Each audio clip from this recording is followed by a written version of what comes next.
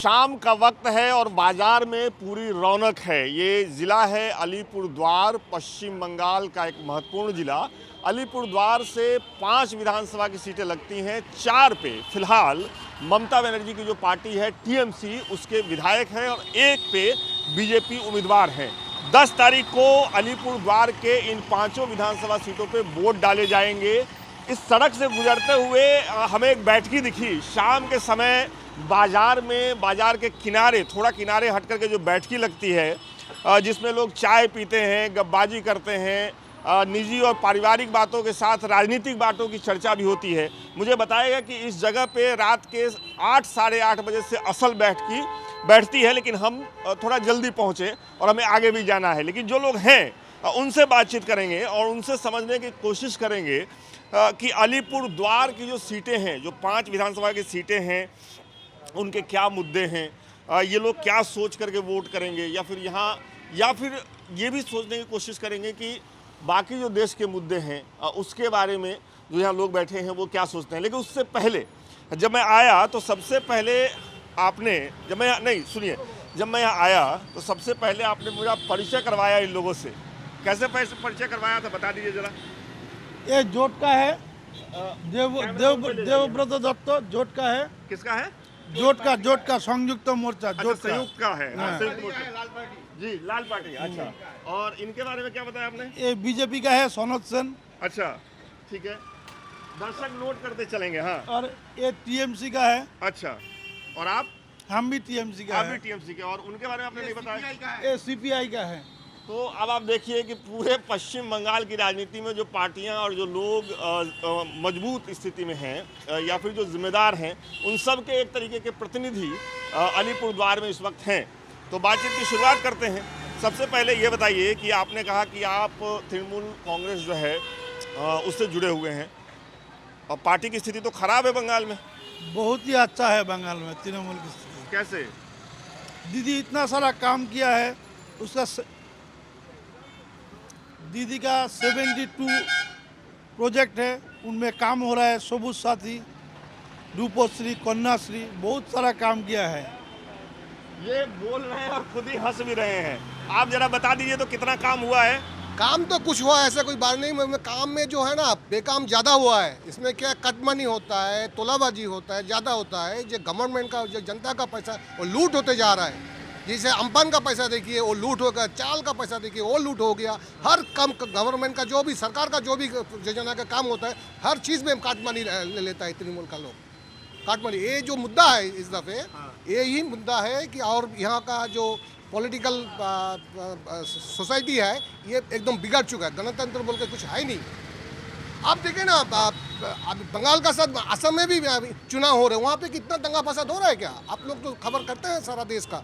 तो जो बंगाल में हो रहा है का, और दूसरे 5 राज्यों में इलेक्शन हो रहा है, उसमें इतना दंगा फसाद, इतना कुछ हो रहा है क्या? आप लोग को क्या लगता है? उस पे आएंगे इस वाले मुद्दे पे। लेकिन सबसे पहले मुझे ये बताइए, ये काफ़ी गंभीर तरीके से बैठे हैं। आपके साथी ने कहा कि मैंने पूछा कि पार्टी की स्थिति खराब है, इस आधार पे पूछा कि 2-3 दिन से मैं घूम रहा हूँ, सत्ताधारी पार्टी है टीएमसी, तो उस लिहाज से भी सही शायद बहुत से सवाल टीएमसी से पूछे जा रहे हैं, जिसका जिक्र उन्होंने किया कट मनी का। उसका जिक्र बार बार आम लोग भी कर रहे हैं। प्रधानमंत्री मोदी तो अपनी रैली में करते ही हैं, आम लोग भी करते हुए मिले। तो क्या वाकई टीएमसी की स्थिति खराब है ना बंगाल में? टीएमसी बहुत बेटर पोजीशन में है। ये जो एजेंसी है बीजेपी का, देखिए बीजेपी जो पार्टी है ना, ये बीजेपी पार्टी, ये देखिए ये है ब्लफर एंड जायंट पार्टी। जायंट या डेमन, ये लोग का जितना वेपन्स है, जितना एजेंसीज है, सब पूरा यूटिलाइज करके ये सब प्रोपागंडा चालू रहा है, कोआर्सन चालू रहा है। एवं मतलब प्रैक्टिकली मैंने कोई स्ट्रॉन्ग इशू नहीं है जे इशू लेके ये लोग इलेक्शन में लड़े। वो क्या कटमनी वगैरह यही प्रोजेक्ट कर रहा है। कोई डेफिनेट, कोई सॉलिड कोई इशू नहीं है ये लोग का। लेकिन आम लोग भी कहते हुए, मुझसे कम से कम जब मैं घूम रहा हूँ तो मुझसे मिले कि ममता बनर्जी ने चलिए ठीक काम किया है, हम उनको मानते हैं, लेकिन जो स्थानीय नेता हैं टीएमसी के, उन पर सवाल उठाते हैं लोग। ये तो मैंने भी हाँ कुछ एडमिट करता है, कोई ऐसा कोई ऑब्जेक्शन में रियलिटी भी है, ट्रूथ भी है। तो देखिए हमारा उम्र है अभी 58 ईयर्स, हम ऐसा चीफ मिनिस्टर ऐसा संवेदनशील चीफ मिनिस्टर हमें अभी तक नहीं देखा। तो हमारा विश्वास है ये आगामी दिन में ये जो कुछ ड्रॉबैक पैदा हुआ है ये ड्रॉबैक करेक्शन ऑब्वियसली हो जाएगा। ये ममता बनर्जी कर सकते हैं एवं ये करेगा जरूर, क्योंकि मैंने शीज मैंने कि बोलूँ वुमेन ऑफ वर्ल्ड, ये करेगा ही है, ये हमारा उम्मीद है। अब इनके पास चलते हैं। ये बताइए कि आप तो बिल्कुल अलग थलग पड़ गए हैं। 35 साल राज किया जिस राज्य में, उस पार्टी का नाम लेने के लिए भी जल्दी कोई तैयार नहीं हो रहा है विधानसभाओं में लोगों से मिलते जुलते। तो उस पार्टी से जुड़े होने के नाते कैसा महसूस करते हैं? सवाल एक। और सवाल दो, जो ये कह रहे थे ममता बनर्जी के बारे में कि इन्होंने अपनी उम्र में इससे ज़्यादा संवेदनशील मुख्यमंत्री नहीं देखा है, दोनों पे चाहेंगे जवाब आप? सुनिए, पहले से हम यही बोलना चाहता हूँ, 11 साल से हम सत्ता के बाहर है, हाँ, लेकिन अभी स्थिति थोड़ा चेंज हो गया है कि संयुक्त मोर्चा जब आया है तब से हमारा सत्ता में आने का संभावना बहुत ही बढ़ गए है। इसीलिए कि हम लोग धर्मनिरपेक्ष सेकुलर के ऊपर मुद्दा है, क्योंकि हम लोग ऐसे गंदगी नहीं फैलने देना चाहता है कि बंगाल में कोई एक धर्म से दूसरा धर्म को कोई कुश्ती लड़े, ये नहीं। और कुश्ती कौन लड़वा रहा है? लेकिन मेरे ख्याल से तो बीजेपी लड़ा रहा है और उसको आने में सुविधा कर दिया है कि ममता जी ने, क्योंकि हम लोग उसको बाहर फेंक दिया है इसीलिए कि हम लोग बंगाल में ऐसा गंदगी फैलना नहीं देना चाहता है, क्योंकि सेकुलर कंट्री है, सेकुलर स्टेट है और सब धर्मों का आदमी इधर जरूर फ्री एंड फेयर होने के लिए बोल रहा है। क्योंकि आज के दिन में हमारा देश के सबसे बड़ी बात यही है कि सेकुलर कंट्री में सब धर्म के लोग अच्छे रहना, सब कुछ सबके लिए समान देखना है, इस यही हम चाहते हैं। हमारा जो संयुक्त मोर्चा है वही बोलता है। और क्या है, इधर में कोई एम्प्लॉयमेंट का कोई नहीं है। एम्प्लॉयमेंट आरोप पे तो आप पे भी हाँ, लगता है, आपकी नहीं, ये पहले 11 साल से 21 साल तक इधर में कोई इंडस्ट्री नहीं है। जो हुआ था 11 साल वो चला गया, क्योंकि नैनो फैक्ट्री पहले हुआ था। तो सिंगूर और नंदीग्राम हाँ, का तो आरोप है आप लोगों हाँ, पे? नहीं, वो तो एकदम झूठा आरोप लगाया, इसीलिए कि इधर में वो तोड़ फोड़ का राजनीति इधर अच्छा लगता है ममता जी को। अभी जो ये कह रहे हैं, इन्होंने एकदम सीधा आरोप लगा दिया है कि बीजेपी जो है वो दो धर्मों को कुश्ती लड़वाती है। कुश्ती ये कह रहे हैं, लेकिन लड़वाने से इनका जिक्र है। तो आप लोग बंगाल में ये कर रहे हैं? इनका बंगाल का बात खाली नहीं है, ये लोग जो बोल रहा है, इन लोगों के पास कोई उदाहरण है क्या? आप लोग बोल सकते हैं कि मोदी जी ने, अमित जी ने बोला है कि क्या बोला है कि तुष्टिकरण का अगेंस्ट में बोला है कि हर संप्रदाय का देश है, ये हर संप्रदाय का लोग एक ही जैसा होना चाहिए। इसमें बोलने के संप्रदाय क्या कहाँ से आ गया? कहीं के बोला है क्या? दूसरे संप्रदाय लोग को यहाँ से भगा देगा, उसको भगा देगा, ऐसा कुछ बोला है क्या? कि तुष्टिकरण का सीए एनआरसी का नारा दे करके और फिर वापस लेना पड़ा। हाँ, तो वो तो दिल्ली की रैली में पीएम मोदी को कहना पड़ा कि हम लागू नहीं कर रहे हैं, और उससे पहले अमित शाह जी कह रहे थे हर रैली में कि हम लागू करेंगे। तो ये हुआ ना? ये हुआ है, मगर वो लोग अभी इसका विचार में है। मगर ये लोग जो बोल रहे हैं इसको भगा देगा, उसको भगा देगा, ये यहाँ पे यही चीज बोलना है कि तुष्टिकरण में मत जाओ। देश सबके लिए है, सब धर्मों के लिए है देश है। यहाँ पे तो कोई भी नहीं बोला कि भारतीय जनता पार्टी का सरकार उनसे उसको निकाल देगा, उसको कहीं पे इसका तुष्टिकरण के अगेंस्ट में बोल रहा है। तो ये लोग आप लोग भी सोचना पड़ेगा। वो सेकुलर बोलता है, सेकुलर कहाँ पे हुआ आप बताइए? तो राम मंदिर हुआ कि नहीं हुआ? उसमें कोई दंगा फसाद इस देश में हुआ है क्या? कहाँ जबरदस्ती कर दिया? वो सुप्रीम कोर्ट का वर्डिक्ट का ऊपर यह काम नहीं चलेगा। यह का मुद्दा है बेकार का काम चाहिए। बेकार लोग का काम नहीं है। भूख पेट में खाना नहीं, मंदिर में बैठने से काम नहीं चलेगा, मस्जिद में जाने से तो काम नहीं चलेगा। हम लोगों का जो मुद्दा है बेकार को काम चाहिए। जो स्टेट नहीं हुआ है, एसएससी नहीं हो रहा है, 10 साल से सब बंद है। तो बीजेपी का आप उत्तर प्रदेश देखिए, वो क्या बोलता है, महाराष्ट्र सब जितना जहाँ में बीजेपी है, त्रिपुरा का हालत भी अभी देखिए क्या हो गया। जो नौकरी पूरा बंद हो गया। वो लोग बोल के आया 7th पे कमीशन चालू करेगा, कोई चालू हुआ है? यहाँ में भी वही एक ही अवस्था। जो सोनार बांग्ला कर देगा। सोनार बांग्ला कैसे होगा? जो दीदी है वही मोदी है। लेकिन हम लोगों का मुद्दा है जो बेकार लोग को काम चाहिए, जो घर में काम नहीं है उसका काम दो। टेट एसएससी ये जो ठीक से नहीं हो रहा है इसका ठीक से लागू करो, यही हम लोगों का मुद्दा है। इसी के ऊपर ही इस साल वोट होगा। ये बताइए, संयुक्त मोर्चा की एक महत्वपूर्ण पार्टी है कांग्रेस। कल मेरी कांग्रेस के एक लीडर से बात हो रही थी, तो वो कह रहे थे कि शुरू के 2-3 चरणों में तो हमारा कुछ दाल गलने वाला नहीं है, तो हम आखिर के 3 चरणों में सक्रिय होंगे। तो इतनी बड़ी पार्टी है, वो चुनाव से पहले ही अपने आप को एक तरीके से खेल से बाहर मान चुकी है। आप लोग कैसे दावा पेश कर रहे हैं, जैसे साहब कह रहे थे कि सरकार बनाएंगे, जीतेंगे, कैसे, किस आधार पे? नहीं, मुद्दा ये है, ये देखिए सबका सोच तो एक नहीं है ना। वो फर्स्ट 2 फेज में जहाँ वोट हुआ वह कांग्रेस का कोई कैंडिडेट नहीं था, जो था लेफ्ट फ्रंट का ही ज़्यादा कैंडिडेट, तो वह हम लोग वहाँ कांग्रेस वालों ने आप लोगों को साथ नहीं दिया है। उन लोगों का जितना संगठन है उस संगठन के आधार में वो लोग हम लोगों को साथ दिया है। अभी उन लोगों का जहाँ जहाँ शक्तिशाली है वो लोग हम लोगों का सपोर्ट लिया है। हम लोग जोट किस लिए किया है, जहाँ हम शक्तिशाली है वहाँ हम कैंडिडेट, जहाँ सीपीआई शक्तिशाली है वहाँ सीपीआई है, जहाँ कांग्रेस शक्तिशाली है वहाँ कांग्रेस जोट देगा, जहाँ धर्मनिरपेक्ष हर एक हम लोग शक्ति के साथ जोट बंधन किया है, उसका जहाँ मेजोरिटी है वहाँ हम लोग सपोर्ट करेगा। यही मिलके ही तो हम लोगों का जोट हुआ है ना। ये कह रहे हैं कि गठबंधन है तो जो पार्टी जहां मजबूत है वहां उसका साथ देंगे, उसके साथ मिलकर के लड़ेंगे, आप यही कह रहे हैं ना? यही बात है, यही बात। चलिए, ये लेकिन ये बताइए, अब मुझे लग रहा है ऐसा कि इस बैठकी में आप पे चौतरफा हमला हो रहा है। हो रहा है, ठीक है। देखिए एक चीज है, ये लोग जो बोल रहा है कि जो धर्मनिरपेक्ष, वो क्या चीज है बताइए तो। धर्मनिरपेक्ष का हम तो वही बता रहे हैं, हमको पता नहीं कि धर्मनिरपेक्ष क्या होता है।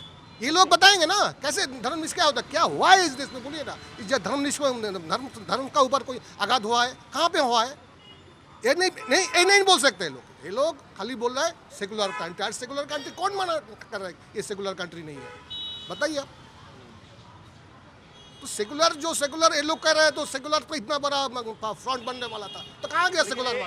एक आरोप केंद्र की जो नरेंद्र मोदी सरकार है उस पर लगातार लग रहा है, विपक्ष के द्वारा भी। और जब मैं बंगाल में घूम रहा हूँ तो लोग कह रहे हैं, हालांकि जब वो कहते हैं तो ये भी साफ दिखता है कि उनके पास विकल्प नहीं है, लेकिन वो ये ज़रूर कहते हैं कि महंगाई बहुत बढ़ गई है, जो सरकारी बैंक है, सरकारी नौकरियां हैं, वो धीरे धीरे कम हो रही हैं। कमी है, ये मैं भी मानता हूँ, इस चीज़ में कमी है। फिर मगर अभी का जो परिस्थिति है, आहिस्ता आहिस्ता, जैसे कोरोना, 1 साल में कोरोना के चौपाट में सारा देश चल रहा है, ये चीज़ में थोड़ा महंगाई में थोड़ा में उसमें कंट्रोल हो रहा है। ये बात सही है, ये बात सही है, मगर उसमें भी ध्यान दे रहा है। रोजगार पे भी अभी ध्यान दे रहा है, अभी दे रहा है। हाँ, कैसे धन देगा बोलिए भैया?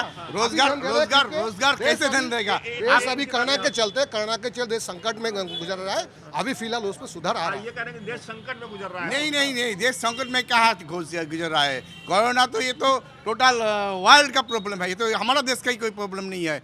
अमेरिका के में कि आपका नौकरी बंद हो गया, आपका फ्रांस में की नौकरी बंद हो गया, इटली में की नौकरी बंद हो गया, ये तो ऑल इंडिया वर्ल्ड का प्रॉब्लम है ना। कोरोना वो अलग चीज़ है। अभी किया हुआ आपका जब सब कुछ ध्यान में है तो आपको ये मालूम होगा, आज या कल एक सर्कुलर रेलवे निकला है, क्या वो देखा है?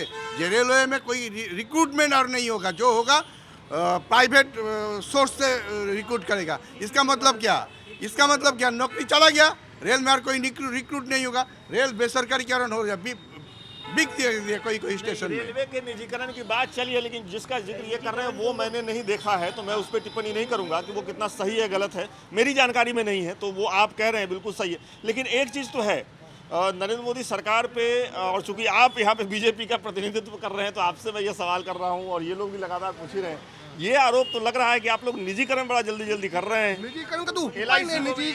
निजीकरण देखिए, निजीकरण खाली इस देश का नहीं है। निजीकरण आप सारा वर्ल्ड में आप देखें, निजीकरण का ऊपर ही ज्यादा ध्यान दे रहा है। उपाय नहीं है, सरकार का पास उपाय नहीं है। क्योंकि कर्म संस्थान और निजीकरण से ऊपर ही होगा।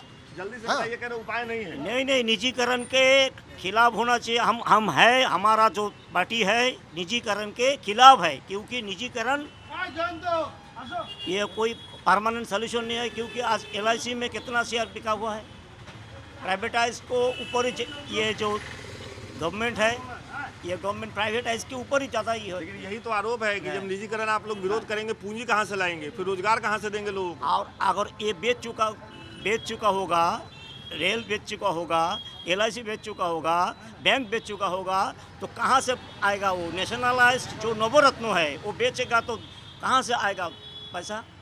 अगर नेशनलाइज्ड के ऊपर हम लोग जोर देते हैं, क्योंकि नेशनलाइज्ड जो है होगा वही सच होगा, कोई की प्राइवेट का कोई मुद्दा नहीं उठाना चाहिए, क्योंकि आज के दिन में प्राइवेट वो मुनाफा कमाने के लिए है और क्या।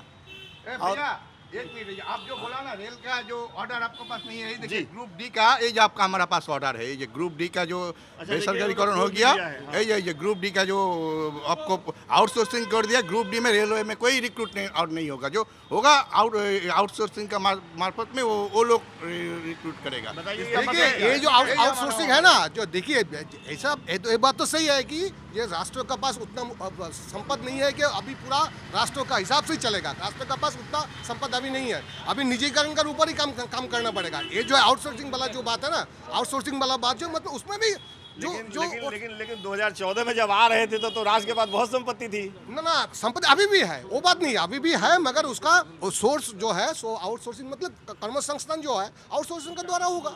ये कह रहे हैं कि राष्ट्र के पास संपत्ति नहीं है, राष्ट्र के पास संपत्ति नहीं है और कोई रास्ता नहीं है। जब तक निजीकरण नहीं होगा, जब तक चीज़ों का निजीकरण नहीं होगा तब तक रोजगार नहीं दिया जा सकता है, ये कह रहे हैं। सुनिए, बीजेपी गवर्नमेंट पूरी फेल है, क्योंकि आपको जानते हैं पेट्रोल डीजल का दाम कितना बढ़ गया, राना का गैस का कितना दाम, वो मास्टर ऑयल का कितना दाम बढ़ गया। आम जना तो वो छोड़ेगा बीजेपी को, ये नहीं चलेगा। इतना महंगाई कर दिया जिनिस का दाम, इतना महंगा, आम जना बहुत तकलीफ हो रहा है बाजार में।